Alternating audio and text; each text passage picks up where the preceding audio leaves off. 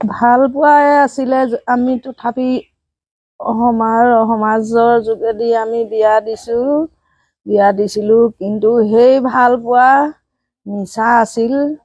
তাই বুজি নাপালে, মোৰ ছোৱালীজনীয়ে। আমিও বুজি নাপালো।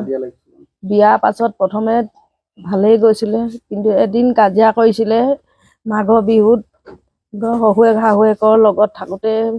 সি মদ্যপান কৰাৰ কাৰণে। তাৰপাছত ভালেই।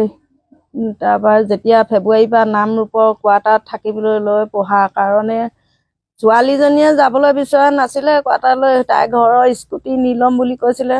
শাহুৱেকেও স্কুটি এখন কিনাৰ কথা কৈছিলে। সি স্কুটিত যাব নালাগে বুলি ৰুম ল'বলৈ সিয়ে সিদ্ধান্ত কৰিছিলে। আৰু সেই ফেব্ৰুৱাৰী মাহৰ পৰা ৰুমত আছে, কোন তাৰিখৰ পৰা ৰুমত থকাৰ পৰা সিহঁতি এটা কথাত